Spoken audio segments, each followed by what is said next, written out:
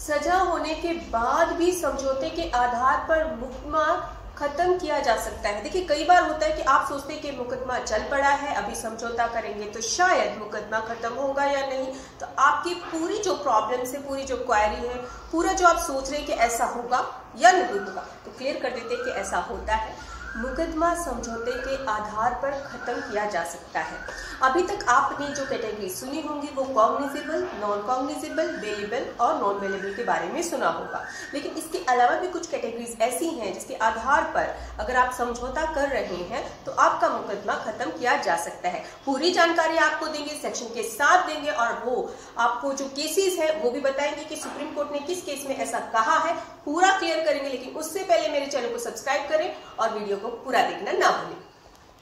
कुछ होते हैं कंपाउंडेबल ऑफेंस, यानी कि जिसमें समझौता किया जा सकता है, समझौते के आधार पर केस को खत्म किया जा सकता है। लेकिन कुछ होते हैं नॉन कंपाउंडेबल ऑफेंस जिसमें समझौता नहीं किया जाता। तो कौन कौन से कंपाउंडेबल, कौन कौन से नॉन कंपाउंडेबल, और किस सेक्शन में समझौता हो सकता है, किस सेक्शन में नहीं हो सकता है। लेकिन कुछ स्पेशल अगर सर्कमस्टांसेस है तो नॉन कंपाउंडेबल में भी समझौते के आधार पर केस खत्म किया जा सकता है। पूरी जानकारी आप ध्यान से सुनिएगा। सीआरपीसी के सेक्शन 320 में पूरा टेबल दिया गया है कि कौन कौन से कंपाउंडेबल ऑफेंस है और किस किस में समझौता हो सकता है। इससे संबंधित सुप्रीम कोर्ट का एक विशेष जजमेंट। अब अगर नॉन कंपाउंडेबल ऑफेंस में ट्रायल कोर्ट के द्वारा कन्वेक्शन कर दिया गया है, यानी कि सजा कर दी गई है, इसके बाद भी अगर हम समझौता करना चाहें तो समझौता हो सकता है या नहीं हो सकता है।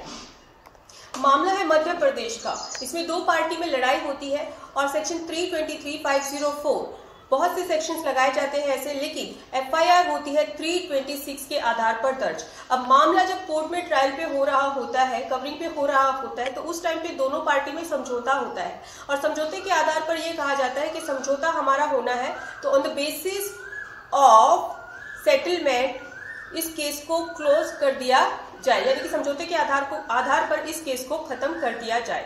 अब यहाँ पे जो सिंपल सेक्शन थे, यानी कि 504 जैसे सेक्शन थे, वो तो बंद हो सकते हैं क्योंकि कंपाउंडेबल ऑफेंस के सेक्शन है, समझौते के आधार पर खत्म होते हैं। लेकिन 326 नॉन कंपाउंडेबल ऑफेंस है, इसलिए समझौते के आधार पर नहीं खत्म किया जा सकता था और ये नहीं किया, यानी कि केस प्रोसीडिंग पर चला। 326 वाला केस जो एफआईआर वाला था वो प्रोसीडिंग पे चला। अब जो पर्सन था वो चला गया हाई कोर्ट, और हाई कोर्ट ने भी उनकी अपील को इसीलिए मान्य नहीं किया क्योंकि ये जो था नॉन कंपाउंडेबल ऑफेंस था, कि समझौते के आधार पर इस केस को खत्म नहीं किया जा सकता था। 326 जो सेक्शन लगा था इसके लिए। अब वही पर्सन गए सुप्रीम कोर्ट। अब सुप्रीम कोर्ट ने पूरे जो चल रहा था, जो प्रोसीजर था, पूरी सर्कमस्टांसेस थी, उनको मद्देनजर रखते हुए एक बहुत ही महत्वपूर्ण डिसीजन दिया है।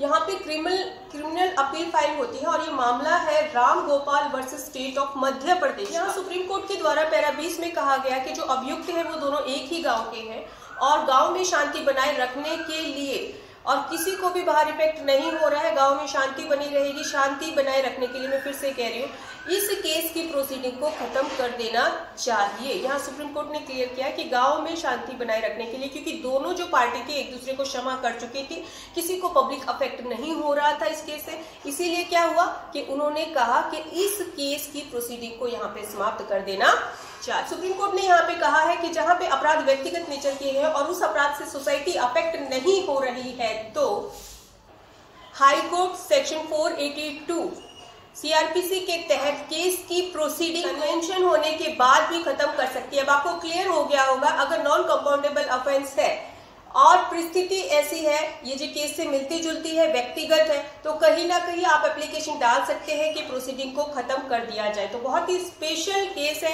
आपको अपील नंबर भी मैं इस पिक्चर में दिख रही होगी, पूरी तरह से हम क्लियर कर देंगे। और कौन सा केस था ये मैंने क्लियर कर दिया है, सुप्रीम कोर्ट के कौन से ऑर्डर में ये कहा गया है ये भी क्लियर कर दिया गया है। अगर आप भी ऐसी स्थिति से जूझ रहे हैं तो प्लीज हमें बताइए, और अगर आप कोई क्वेरी चाहते हैं तो व्हाट्सएप नंबर पर अपॉइंटमेंट लेकर हमसे बात कर सकते हैं। इसी तरह से हमारा सहयोग दीजिएगा। धन्यवाद।